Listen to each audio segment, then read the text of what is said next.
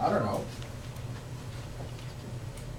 And then, as you mentioned, you can always say, here, what do you think? I have some ideas. What do you think about these? I don't know.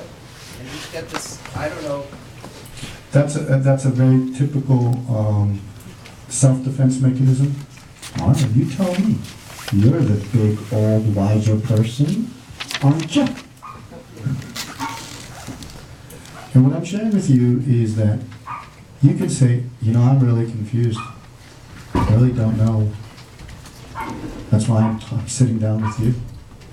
You think I have the answers?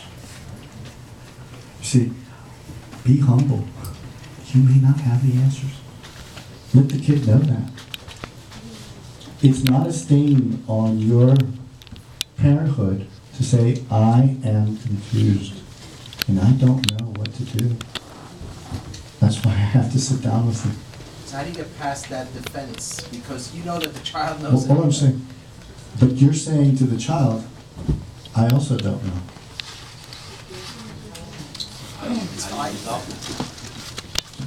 No, we need to figure this out though, because we have a real problem. Look, whether it's in business, or it's in education, or it's at home, there are problems that require cooperation. You can't command it. You can't be the wise person who knows all the answers, because then you're not giving room for your child to come up with their own answers. It's critical that you take a step back and be humble enough to say, I don't know. And I'm not sure. And I wish I were wiser than I am. And I wish I were better, a better parent, but I don't know. But can we do this together? Can we try to figure it out together? Because two heads are better than one. You may get somewhere, you may not. You may say, well, let's just try to have conversations with, maybe we should involve others if you want. But let's try to figure this out at some point, because it can't go on. What are some tips in not losing control, being under control in the situation? Okay, he wants to know tips of how to have your composure and to be in control.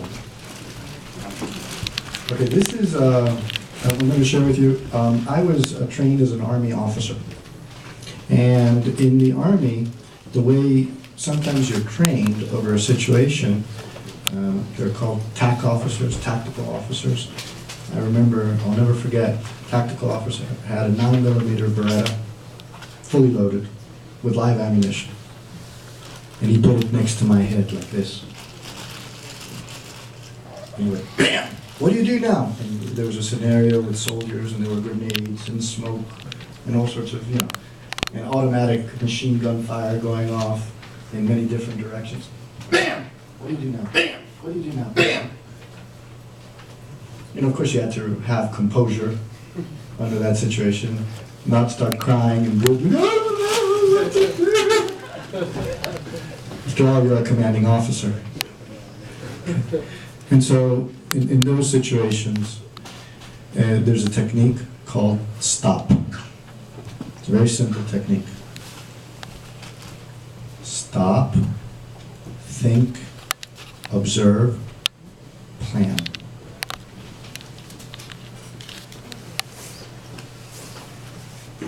You feel angry? Stop. You feel frustrated? Stop. You feel confused? Stop. Think, observe, and then make a plan. But just remember that little sort of stop, because that little stop is like, puts a stop to the emotion, and it starts getting you thinking, observing, and immediately trying to plan to execute. Okay. It's a military technique. It works really well. I recommend it. Try it. Just remember that acronym. And repeat after me. Stop. Stop.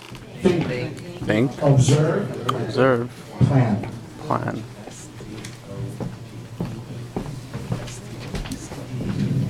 It's the initials of stop. What's that? Yeah, there you go. You should stop. The initials of stop is that acronym. It's an acronym. Okay, you've already told your child 8 times, please get dressed and eat your breakfast. Does that sound typical? Yep. And he's still coloring. How do you stay calm when you have to take him to school? His bus is coming. Okay? So this is very typical. This is a normal thing that happens. And what you could, number one, don't ever say something 8 times. You said it once, it's more than sufficient. After you said it once, your words have lost power. Your words are meaningless. Well, not if you use proximity control.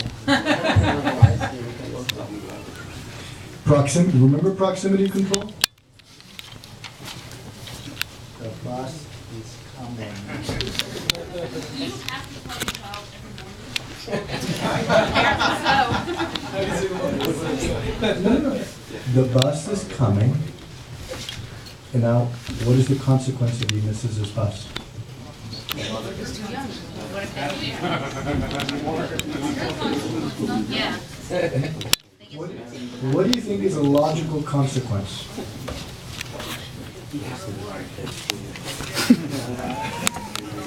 No, you could say, I'm going to share with you one thing that I do with my children. I have one of my children here, and you could verify this or not. If they ever stay home from school, I have a whole list of things that they can do at home. And they could start cleaning the basement and organizing the playroom and humma. My kids dread not going to school. There's a huge list waiting for them if they miss school. And if they're sick, I know you're not feeling so well, but I really need a couple of things done in the house while you're home.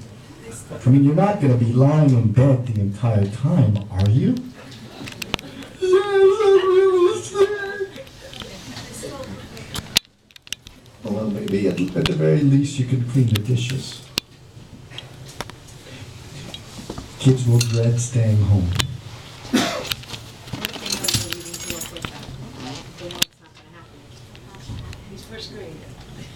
I'm just being realistic.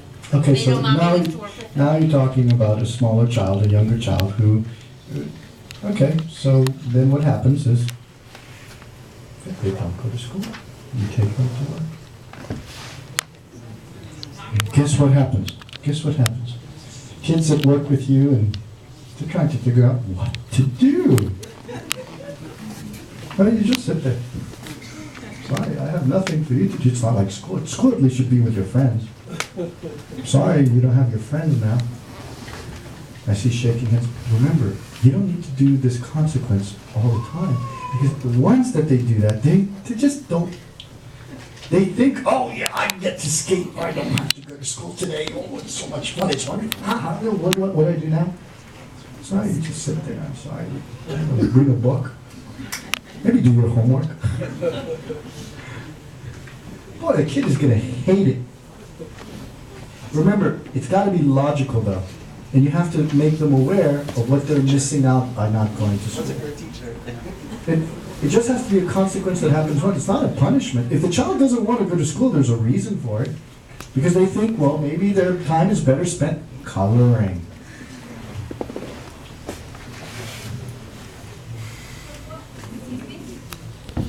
It says, at what age is it appropriate that you begin using these techniques? All right, I'm going to share with you a classic. This is a very classic.